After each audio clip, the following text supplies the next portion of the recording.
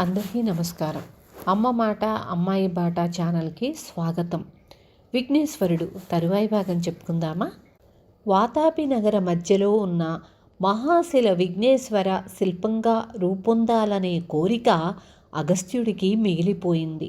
లోపాముద్ర చిత్రకళా ప్రవీణురాలు.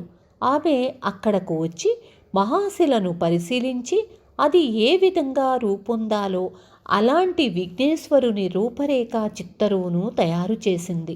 రేఖాచిత్రమైతే తయారైంది, కానీ ఆ ప్రకారంగా మహాశిలను మలచగల శిల్పులు శిల్పాచార్యుడు ఎంత ప్రయత్నించినా లభించలేదు.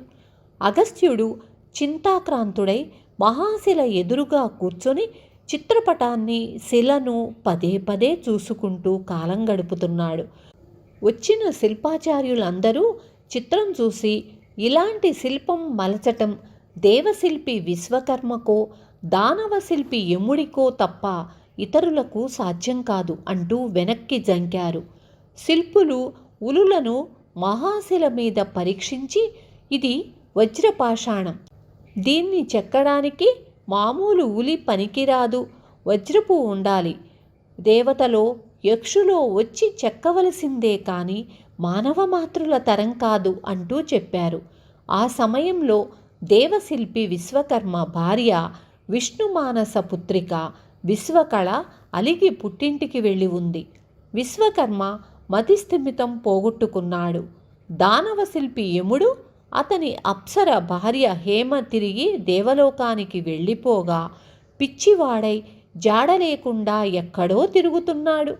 విశ్వకర్మను యముణ్ణో పిలుద్దామన్నా వారి స్థితి అంత అధ్వాన్నంగా ఉంది. అగస్త్యుడికి మహాశిలను విఘ్నేశ్వర విగ్రహంగా రూపొందించటం సమస్యగా నిలిచిపోయింది. నిద్రాహారాలు మాని అతడు శిలకెదురుగా అలాగే దివారాత్రాలు కూర్చొని విఘ్నేశ్వరుణ్ణి ధ్యానిస్తూ, గణపతి, నా కోరిక కోరికగానే ఉంచేశావు, ఇక నీదే భారం అని స్మరణ చేస్తూ దిక్కులు చూస్తూ నిరీక్షించసాగాడు. ఒకనాటి సంధ్యా సమయంలో దూరపు బొజ్జ ఊపుకుంటూ గుజ్జుగా ఉన్న ఒక బాలప్రాయం వాడు అటు వస్తున్నాడు. అతని చేతిలో ఏదో ఉలిలాంటిది పిడితో దగదగా మెరుస్తున్నది. కండలు తేరి ఉన్నాడు. శిల్పిలాగా కనిపించాడు. అగస్త్యుడు ఆశగా అతని చేతనున్న దాన్ని బాగా పరికించి చూడగా అది ఏనుగు దంతం కొనముక్క పిడికిలిలో బిగించినట్లుగా తెలుసుకుని ఆశ్చర్యపోయాడు. ఆ తరుణ శిల్పి అగస్త్యుణ్ణి సమీపించి, ఏమిటో మహర్షుల వారు మహాశిల ముందు మంతనాలాడుతూ కూర్చున్నారు, ఏమైనా పని దొరుకుతుందేమోనని ఇలా తిరుగుతున్నాను అన్నాడు. అతని మాటలు మధురంగా అగస్త్యుడికి పారవస్యాన్ని కలిగించాయి. చిరంజీవి, ఈ మహాశిలను గణపతి దేవుడి విగ్రహంగా చూడాలని ఎన్నో దినాలుగా ఉవ్విళ్ళూరుతున్నాను అంటూ తన దగ్గరున్న రేఖాచిత్రాన్ని శిల్పికి చూపించి, ఇంతకు నువ్వెవరు, ఏం పని చేస్తావు అని అడిగాడు. నేను చేసే పనుల్లో మొదటిది పుష్టిగా తినడం, తరువాత శిల్పం చెక్కటం. నన్ను బాలశిల్పాచార్యుడు అని పిలుస్తూ ఉంటారు అని బాలశిల్పి చెప్పాడు. అగస్త్యుడికి అతడి మాటల తీరు మేను పులకరించే నవ్వు పుట్టించాయి. ఆయన అతన్ని సందేహంగా చూస్తూ, మహాశిలను మహాశిల్పంగా రూపొందించే మహాశిల్పి కోసం పడిగాపులు పడి ఉన్నాను. శిల్పినంటున్నావు కానీ బాలశిల్పివి. శిల బ్రహ్మాండమైనది, మహోన్నతమైనదీను, నీవేమో పొట్టివాడివి. అలాంటప్పుడు మహాశిల్పాన్ని మలచగలవా అని ఏమని అడగలను అన్నాడు నిట్టూరుస్తూ. బాలశిల్పి నవ్వి, బాలశిల్పినైనంత మాత్రాన నా శిల్పం మహాశిల్పం కాదని అనుకోకు, మహా అని అన్నంత మాత్రాన గొప్పేమీ కాదు, మన ఉలికి సాధ్యం కానిదేమీ లేదు అంటూ ఉలిని తీసి చూపించాడు. అది దగదగా వజ్రంలాగా మెరుపులు విరజిమ్ముతున్నది. అగస్త్యుడు చూస్తుండగా బాలశిల్పి దంతం ఉలిని మహాశిల మీదకు విసిరాడు. ఉలి మొన తాకిడితో పెద్ద మెరుపు కాంతి, ఉరిమిన శబ్దం వెలువడ్డాయి. అక్కడ శిలకు ఒక రంధ్రం ఏర్పడింది. అది నాభిస్థానం. మూర్తి శిల్పానికి నాభిస్థానం చాలా ముఖ్యమైనది. అందున లంబోదరుడి నాభి. లంబోదరంతో శిల్పం ప్రారంభమవుతుందన్న మాట అని బాలశిల్పి చెప్తూ ఉంటే రాతి నుండి లంబోదర లక్ష్మీకర అంటూ మాళవరాగంలో సన్నగా పాట అగస్త్యుడికి వినిపించింది. ఇది అయస్కాంతరాయి. చెక్కుతున్నప్పుడు ప్రచండమైన విద్యుత్తు వెలువడుతుంది. కనుక శిల్పం చెక్కడం పూర్తయ్యే వరకు ఈ చుట్టుపక్కల పిట్ట మనిషి కూడా ఉండకూడదు. గొప్ప ధ్వనులు కూడా వినిపిస్తాయి. నగరవాసులు భయపడి కంగారు పడనవసరం లేదు. ఓ మహర్షి, ఇక నీవు వెళ్ళవచ్చు. వెళ్ళి నిశ్చింతగా నిద్రతీయి. తెల్లవారుజాముకు శిల్పం పూర్తవుతుంది అని చెప్పాడు బాలశిల్పి. అగస్త్యుడు ఆశ్చర్యపడ్డాడే కానీ అంతకు మించి మరేమీ అతనికి తోచలేదు. అతని బుద్ధి ఏదో నిద్రలో పడ్డట్టుగా ఉంది. కొంచెం తేరుకొని అగస్త్యుడు రేఖాచిత్రపటాన్ని తీసి బాలశిల్పికి ఇవ్వబోతుంటే, ఇదివరకే చూపించావుగా, ఒక్కసారి చూస్తే చాలు. పదే పదే చూసుకుంటూ చెక్కే రకం మహాశిల్పిని కాను. శిల్పం ఒక ఆటలాగా చెక్కుకునే కేవలం బాలశిల్పిని. అంతా అయ్యాక చిత్రం గీచిన వారిని వచ్చి చూసుకోమను. సరిగ్గా ఉందో లేదో, చిత్రానికి ఎంత ఇచ్చావో ఏమో కానీ నాకేమాత్రమూ ప్రతిఫలం ముట్ట చెబుతావో చూస్తాను అని బాలశిల్పి అన్నాడు. చివరి మాటలు అగస్త్యుడికి దిగులు పుట్టించాయి. తన భార్య లోపాముద్ర కోరిక మేరకు తీసి ఉంచిన ధనం తప్పితే తన ఆధీనంలో ఇంకేమీ లేదు. అంతా పంచిపెట్టేశాడు. శిల్పికి పారితోషికంగా ఆ కొద్దిపాటి ధనము ఇచ్చివెయ్యక తప్పదు. లోపాముద్రకు ఏమని చెప్పడం? అలా అనుకుంటూ అగస్త్యుడు వెళ్ళేసరికి లోపాముద్ర ముఖం తేజోవంతంగా దీపంలాగా వెలిగిపోతున్నది. ఏమిటి సంగతి అన్నట్లు భార్య వంక చూశాడు. లోపాముద్ర పొంగి పొర్లే ఆనందంతో, అగస్త్యుల వారు నన్ను మన్నించాలి, ఋషిపత్నిలాగే ఉండాలని, అదే ధర్మమని నాకు తొలుత నుండి తెలిసినదే. నగలు, మంచి బట్టలు కావాలని, ధనం సేకరించుకురమ్మని నేను ఎందుకన్నానో నాకే ఆశ్చర్యంగా ఉంది. ఇప్పుడు ఏదో ఒక మహత్కార్యం నెరవేరడానికి అనిర్వచనీయమైన ఏదో శక్తి నా నోట ఆ మాటలు పలికించినట్లు తోస్తున్నది. నాకు ఏ ఆభరణాలు వద్దు, ఏ పట్టుచీరలు వద్దు, ఏ ధనసేకరణ వద్దు.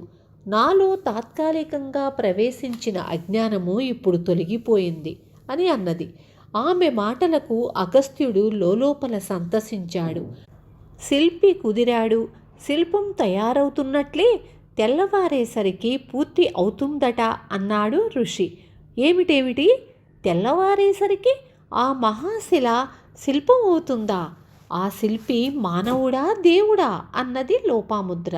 మానవ మాత్రుడే, బాలుడు కూడా. ప్రతిఫలం ఎలా ఇవ్వాలో ఎంతివ్వాలో ఏమీ తోచకుండా ఉంది అన్నాడు అగస్త్యుడు. నా నిమిత్తంగా తీసి ఉంచిన ధనం ఉంది కదా, అది చాలదా అన్నది లోపాముద్ర. సరే, తెల్లవారాక ఏదో ఒకలాగా సరిపెట్టవచ్చు అన్నాడు అగస్త్యుడు. అన్నట్లు రేపు భాద్రపద శుద్ధ చతుర్థి, వినాయక చవితి రోజు. శిల్పం జాస్లో పడి మీరు నెలలు తిథులు మరచినట్లున్నారు అన్నది లోపాముద్ర. ఏమిటి, రేపు వినాయక చవితి, విఘ్నేశ్వర శిల్పం తయారవడం చిత్రంగా ఉందే అంటూ అగస్త్యుడు ఆశ్చర్యపడుతూ ఉంటే లోపాముద్ర ఆ శిల్పి బాలుడు కాదు, మానవమాత్రుడు కాదు అన్నది. భార్య మాటల్లో ఏదో అద్భుత సత్యం ఉన్నదనిపించింది అగస్త్యుడికి. చాలా రాత్రయ్యింది. నిద్ర పట్టలేదు. కుతూహలం పెరిగింది. ఏం జరుగుతున్నదో చూడాలని అగస్త్యుడు బయలుదేరాడు. అగస్త్యుడు మహాశిల సమీపాన్ని చేరేసరికి కనిపించిన దృశ్యానికి అతని ఒళ్ళు జలతరించింది. అలాగే అక్కడ చతికిలబడిపోయాడు. కొన్ని వందల ఉలులు శిల్పాన్ని వాటంతట అవే చెక్కుతున్నాయి. రంగురంగుల విద్యుత్కాంతులు మిరుమిట్లు గొలుపుతున్నాయి. కణకణ ధ్వనులతో హోరుమంటూ శబ్దం వెలువడుతున్నది. ఉలులన్నీ ఏనుగు దంతం కొనమునుల్లాగా వజ్రాల్లాగా మెరిసిపోతున్నాయి. అది స్వప్నమో నిజమో తెలియని విభ్రాంతిలో మైకం కమ్మి అగస్త్యుడు అలాగే సొమ్మసిల్లి నిద్రలో పడిపోయాడు. అలా నిద్రపోయిన ఋషి కళ్ళు తెరిచేసరికి ఎదురుగా తట్టి లేపుతున్న బాలశిల్పి కనిపించాడు. తూర్పు తెలవారుతున్నది. ఏమిటి మహర్షి, ఇక్కడ ఇలా నిద్రిస్తూ కలగంటున్నావు?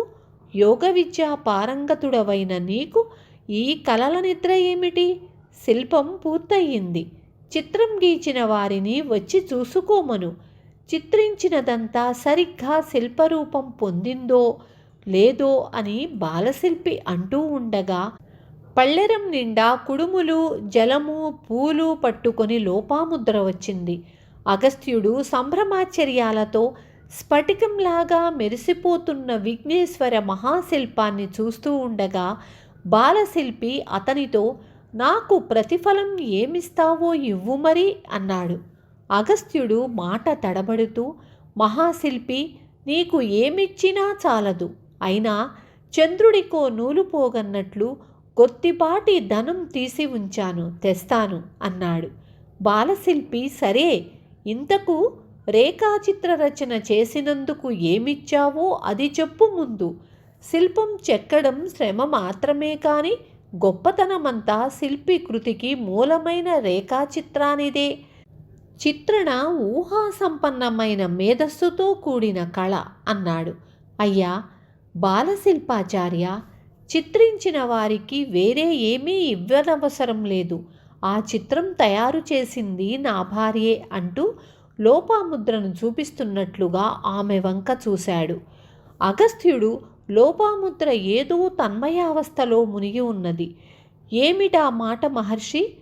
నేనే అయితే ఒక మహానగరాన్ని నిర్మించడానికి సరిపడే ధనాన్ని చిత్రణకు ఇచ్చి ఉందును. అంత గొప్ప రేఖాచిత్రమది. ఆ ధనం ఆయమ్మకే చెందుతుంది అన్నాడు బాలశిల్పి. అగస్త్యుడు, అసలు ఆ ధనాన్ని ఆమె కోసమనే తీసి ఉంచాను అని నోరుజారి అన్నాడు.